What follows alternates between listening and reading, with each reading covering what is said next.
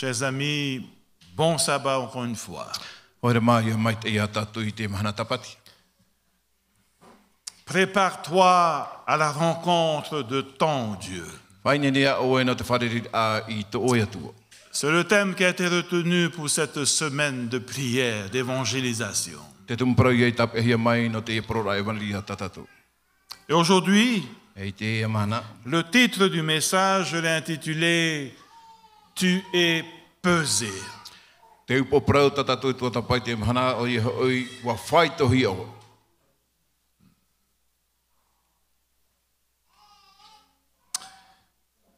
Pour introduire le message de ce matin, j'aimerais vous inviter à ouvrir votre Bible dans Ézéchiel.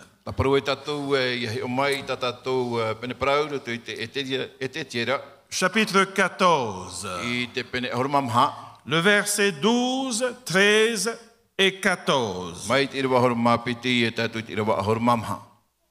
Nous lisons la parole de Dieu.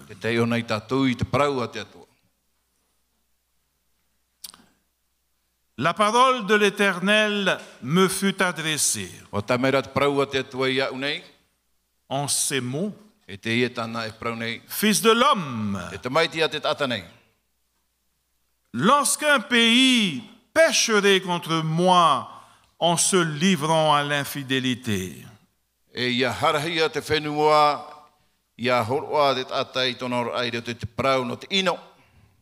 que j'étendrai ma main sur lui, si je brisais pour lui le bâton du pain, et si je lui envoyais la famine, si j'en exterminais les hommes et les bêtes,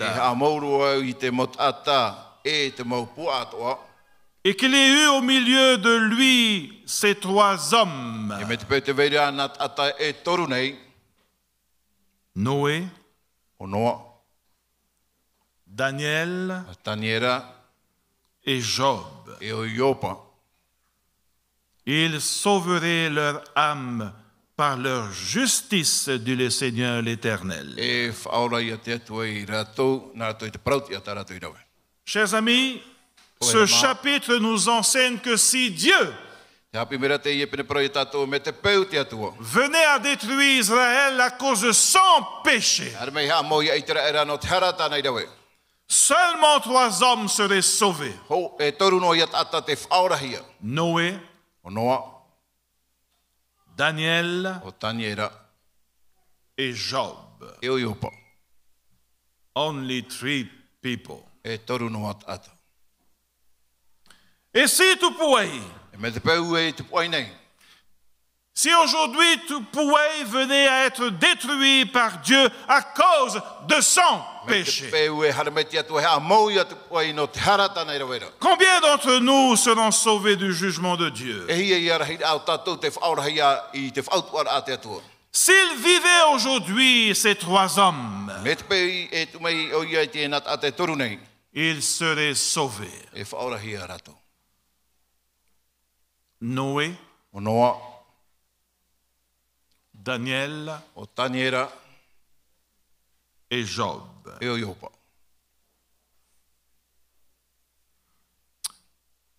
À cause de leur foi. Pourquoi Noé? Parce qu'il a vaincu les moqueries du monde, sans tenir compte des insultes. Il a prêché pendant 120 années que Dieu détruira le monde par l'eau. Pourquoi Job? Parce qu'il a vaincu les tentations du diable.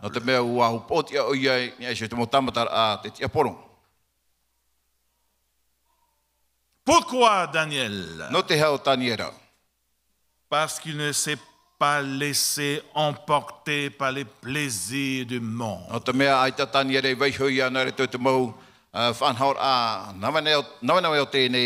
Ce matin, j'aimerais parler de Daniel. Cet homme extraordinaire. Dans Daniel au chapitre 5,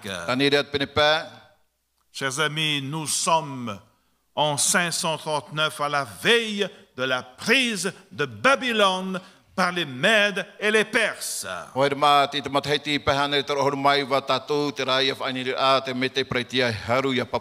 12 octobre 539 avant Jésus-Christ. L'histoire nous dit que le roi Nebuchadnezzar mourut. Il était mort à l'âge de 67 ans à Babylone. Et Belchazzar, son petit-fils,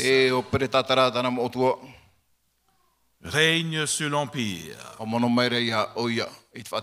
Voilà qu'un soir, le verset 1 nous raconte, Daniel chapitre 5 verset 1,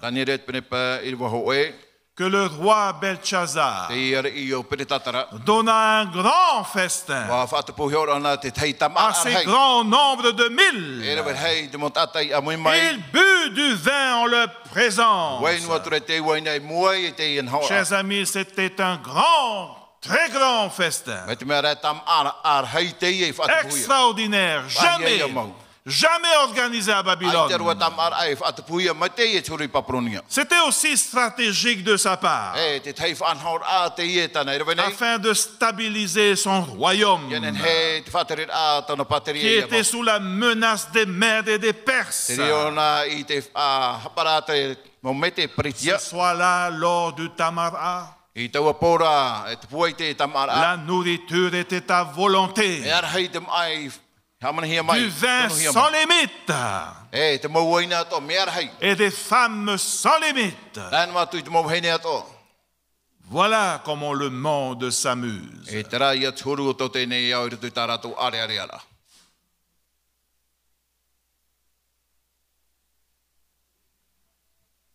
Aujourd'hui, il n'y a pas de différence.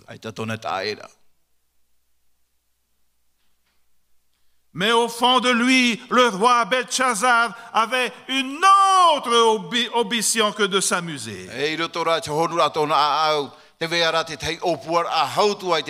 Il voulait prendre la place de Dieu. Il voulait être égal à Dieu. Il voulait détrôner Dieu. Comment le faire? Comment prendre la place de Dieu? Comment détrôner Dieu de son trône? Le verset 2. Daniel chapitre 5 verset 2. Belchazzar, quand il eut goûté au vin, fit apporter les vases d'or et d'argent que son père Nebuchadnezzar avait enlevés du temple de Jérusalem.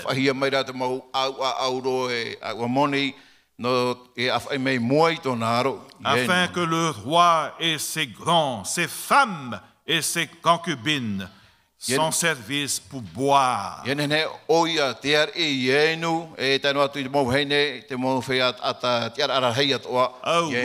quel toupet, n'est-ce pas? Utilisez les ustensiles du temple à des fins blasphématoires. La seule manière de défier Dieu, c'est de souiller les choses qui appartiennent à Dieu.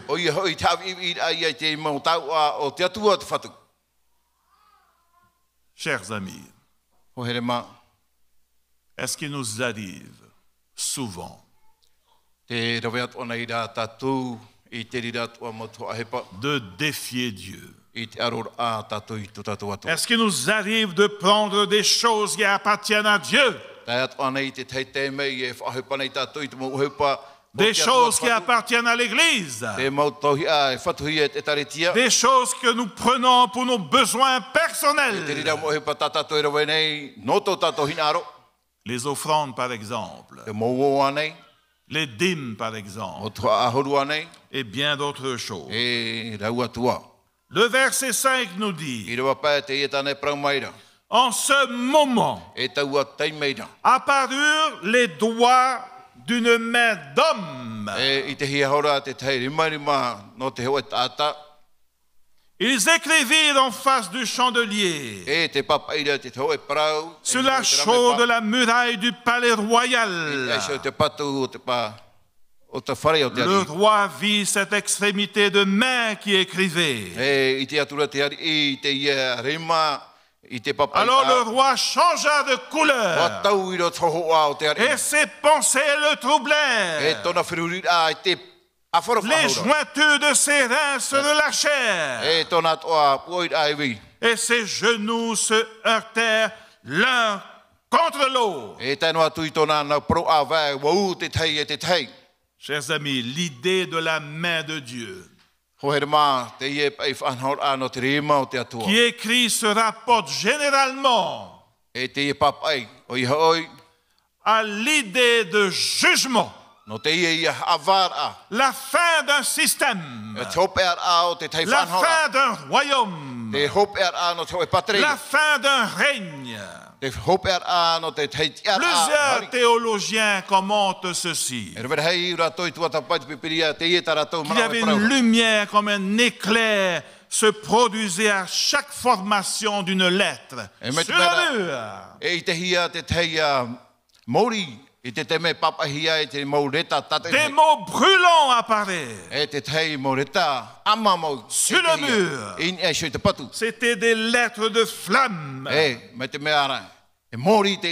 C'était des lettres, chers amis, peu nombreuses, mais de flammes qui démontraient la puissance de Dieu.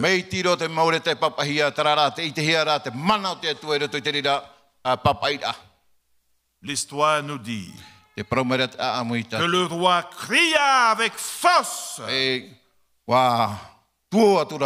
qu'on fit venir les magiciens, les astrologues, les chaldéens, les devins.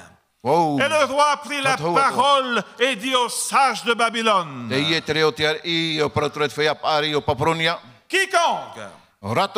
quiconque lira cette écriture et m'en donnera l'explication sera revêtu de pourpre. Il portera un collier d'or à son cou. Et aura la troisième place dans le gouvernement du royaume. Tous les sages entrèrent, mais il ne peut pas lire ce qui était écrit sur le mur et même donner l'explication au roi. Belshazzar fut effrayé de cela. Il changea de couleur et ses grands fut attristé. Heureusement que la femme de Nebuchadnezzar, sa grand-mère, elle était là dans le palais. Elle entra pour conseiller son petit-fils. Et il dit, il y a un homme. Il y a un homme nommé Daniel.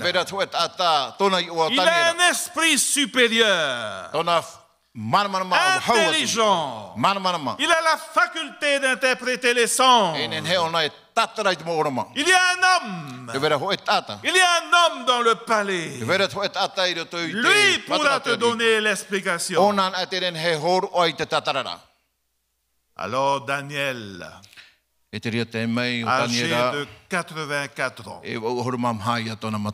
fut introduit devant le roi. Es-tu Daniel? J'ai appris qu'on trouve chez toi de la sagesse, de l'intelligence, pour interpréter cette écriture. Si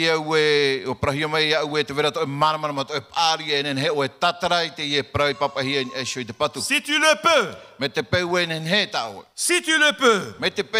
tu seras revêtu de pourpre. Tu porteras un collier d'or à ton cou.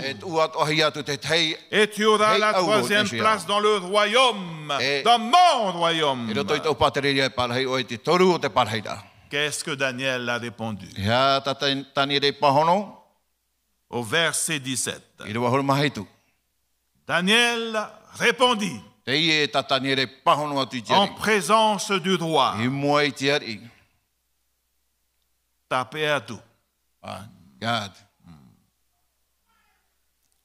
Garde tes dents. Et accorde un autre tes présents. Je lirai néanmoins l'écriture au roi. Je lui donnerai l'explication. Mais tes dents. Tapez à tout.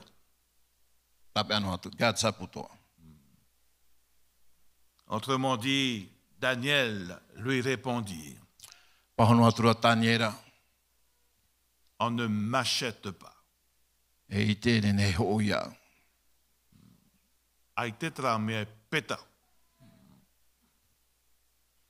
On ne m'achète pas.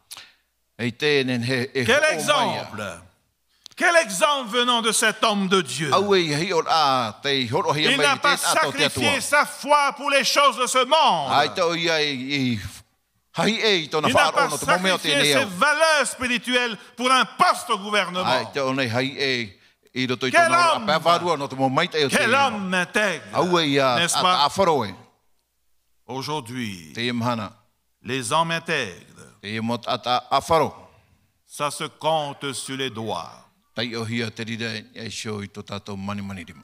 Néanmoins, dit-il, je te donnerai l'explication.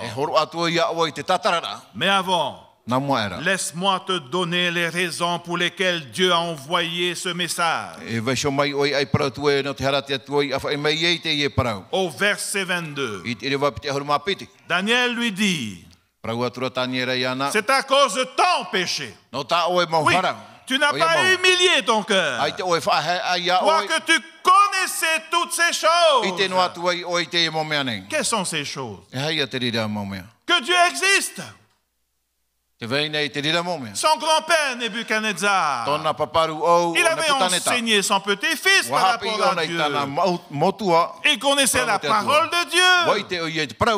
Tu n'as pas humilié ton cœur. Toi que tu connaissais toutes ces choses. Tu t'es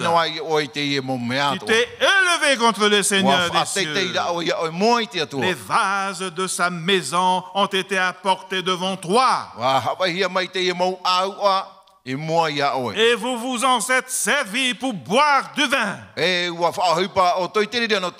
Toi et tes grands, tes femmes et tes concubines. Tu as loué les dieux d'argent. Et tu n'as pas glorifié le Dieu qui a dans sa main ton souffle et toutes tes voix. C'est pourquoi il a envoyé cette écriture sur ce mur. Verset 25.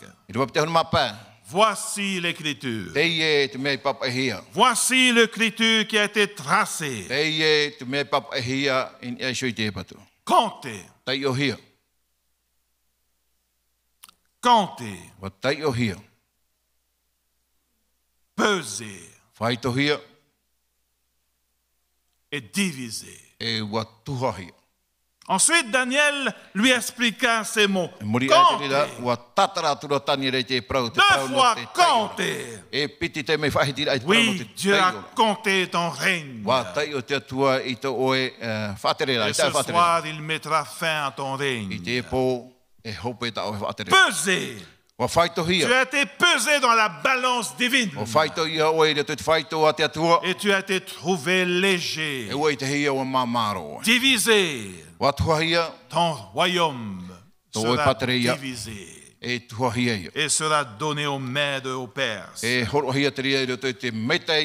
amis, cette même nuit, Belshazzar, roi des Chaldéens, fut tué. Et Darius le Mède s'empara du royaume. Compté, pesé, divisé, 2 fois compté. C'est la grâce de Dieu. N'est-ce pas? Combien de fois dans notre vie avons-nous compté la grâce de Dieu? Sur notre lit de malade, dans nos problèmes, dans nos difficultés, combien de fois l'Éternel a compté? Combien de fois avez-vous reçu la grâce de Dieu? Comptez, comptez, comptez. Avons-nous compté l'appel de Dieu depuis? Combien de fois avons-nous refusé cette grâce? Aujourd'hui, que nous soyons grands ou petits, intelligents ou pas, riches ou pauvres, éduqués ou pas, Dieu t'a compté. Dieu vous a compté. Dieu nous a compté. Aujourd'hui, nous nous trouvons tous dans la balance divine. Dieu vous pèse. Dieu vous juge. Et ce matin, chacun d'entre nous se trouve dans cette balance de Dieu. Tu es pesé, mon ami. Dieu vous pèse aujourd'hui. Et il t'a trouvé léger, mon ami. Les bonnes œuvres ne pourront jamais faire basculer les choses. Jamais. Jamais. Jamais. L'argent, ça ne fonctionne pas. Les pleurs ne fonctionnent pas. Les lamentations ne fonctionnent pas. Votre influence ne fonctionne pas. Votre titre, votre autorité ne fonctionne pas. Rien ne marche.